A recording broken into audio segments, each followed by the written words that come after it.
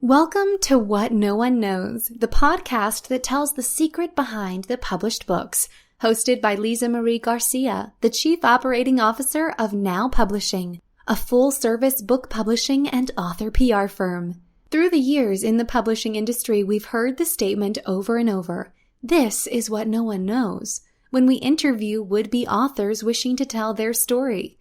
This is what this podcast is all about. And now to our podcast and our host, Lisa Marie Garcia. Hello, this is Lisa Marie Garcia with the podcast, What No One Knows. Thank you for joining us today. Well, today we have a published author, and he is the author of more than one book. Actually, he's written 4 books, and he is not a now published author. His name is Jeff NISCHWITZ, and I wanted to welcome him to the show. Hello, Jeff. Thank you for joining us.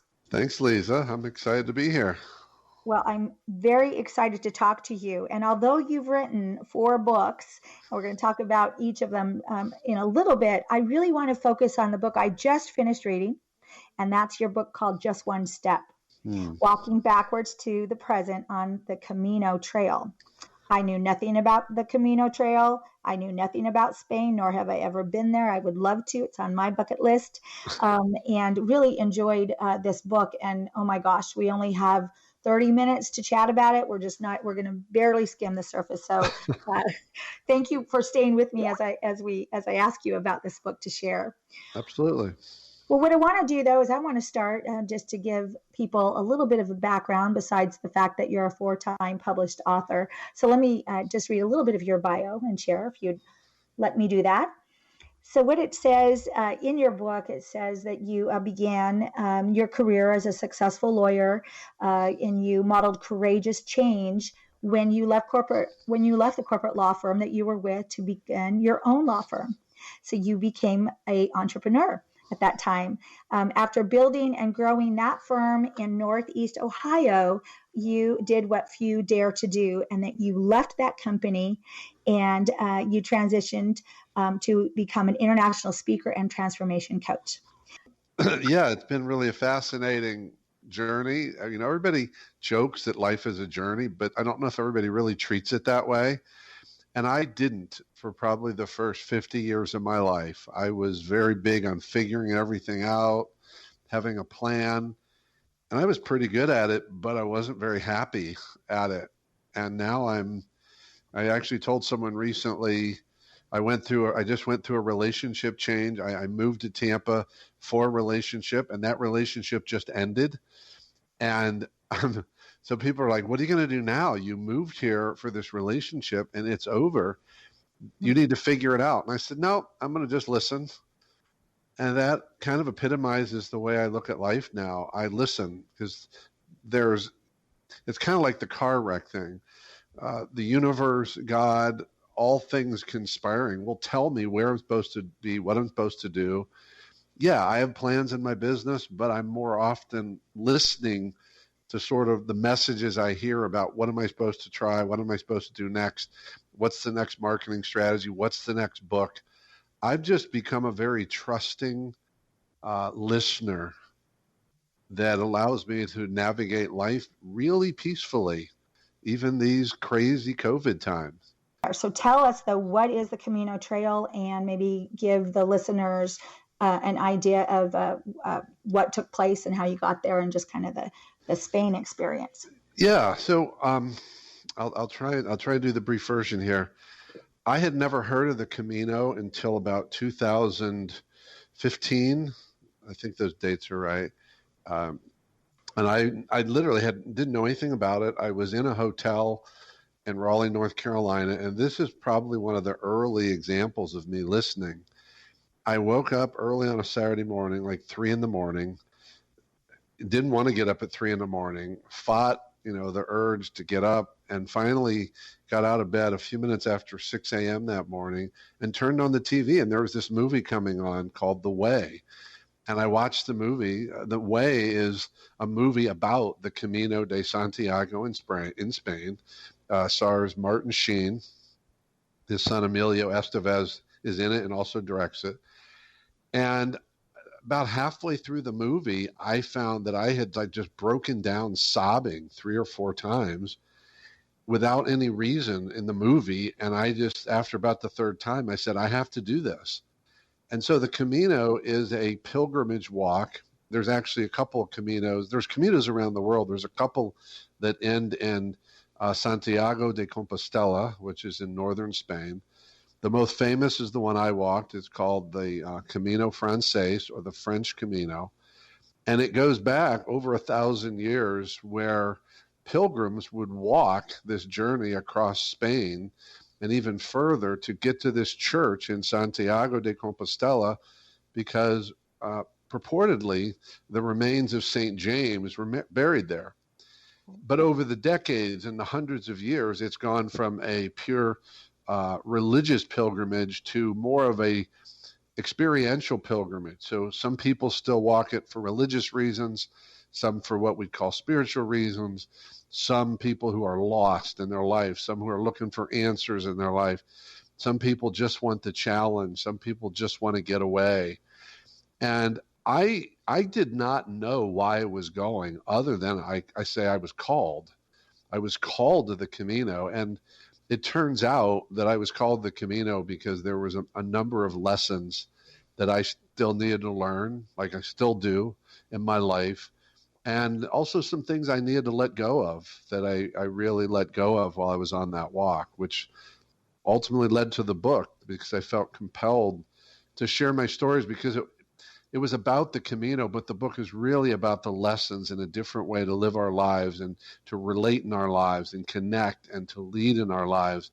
And all those things, the story of the Camino is the backdrop. But I tell people, you don't have to go to the Camino to learn the lessons, but you do have to be open to living and seeing life very differently.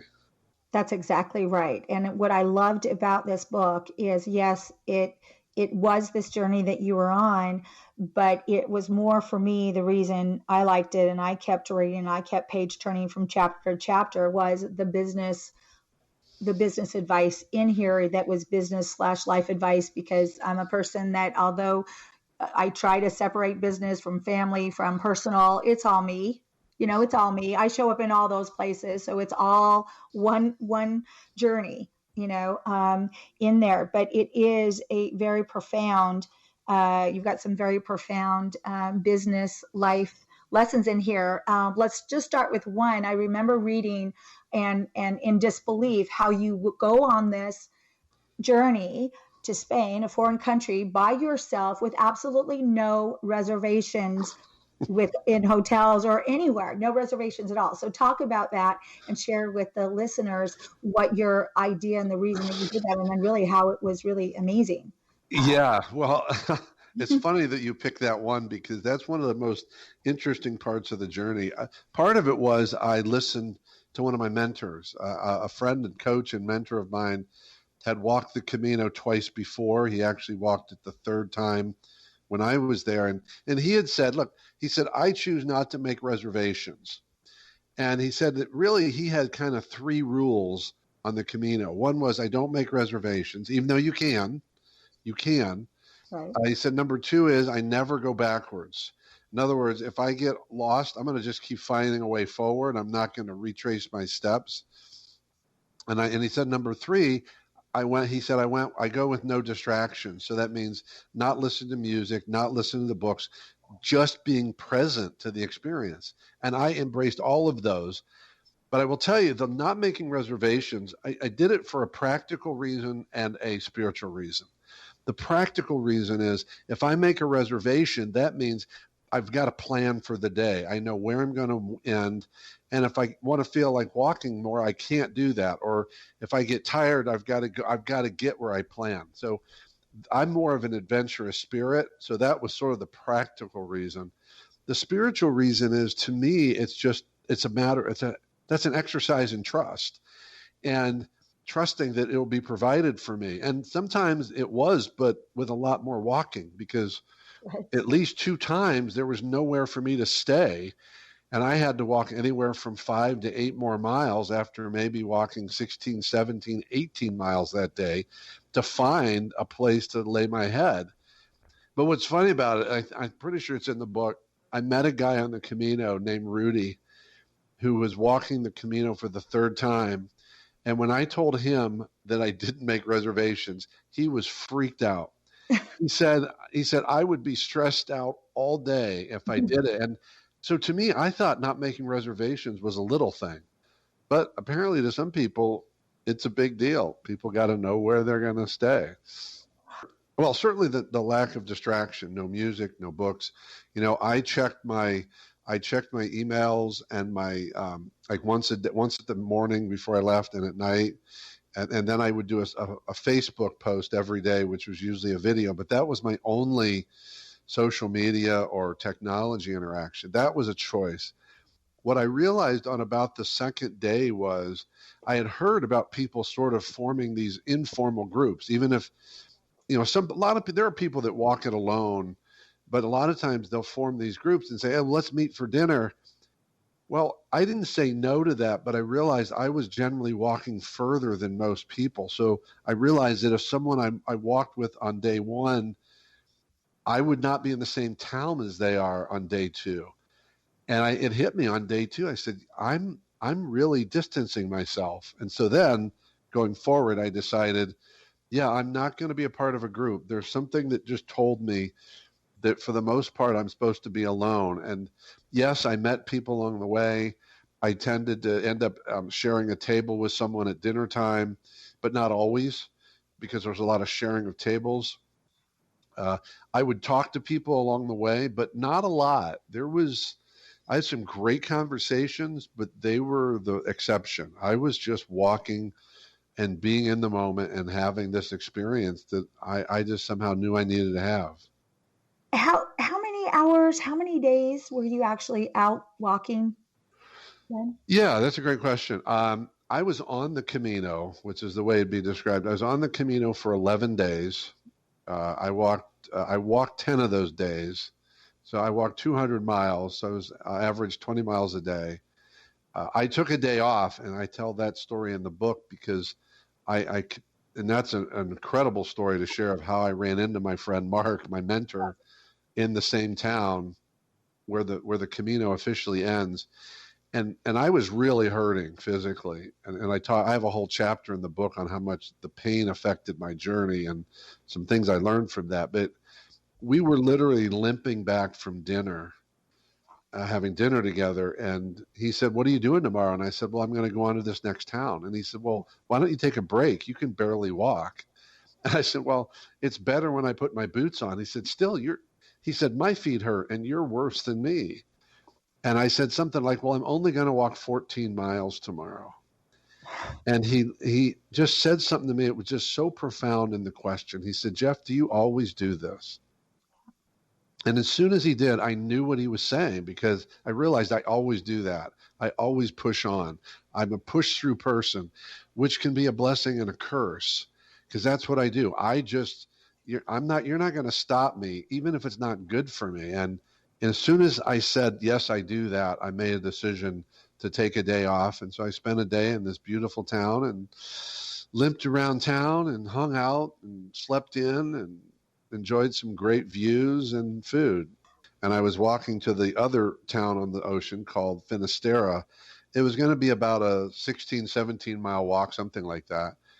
And it was a beautiful day. I set off on the day and I'm just cruising along and there are signs on the Camino, but I will say that part of it is the poorest marked. And I'm just walking along, and last time I knew I was on the Camino Trail. And then I realized that I haven't seen a sign in a while. And it didn't take me long to realize that I had somehow lost the Camino. And I remember, though, what was interesting is that I never, ever felt lost. I mean, I was kind of joking with myself, and I think I wrote it in the book. I knew I couldn't be that lost. I knew I was in northern Spain. And so and what happened was I just had what turned out to be this adventure of not knowing where I am or where I'm supposed to go, but being okay with it. And at one point I was in the woods. I mean, I was in the woods, and I tell people I walked for about 3.5 or 4 hours that day, not being on the Camino. I didn't see a single person, a human being, for that whole time. And I was just making it up. And I'm walking across fields. I was walking through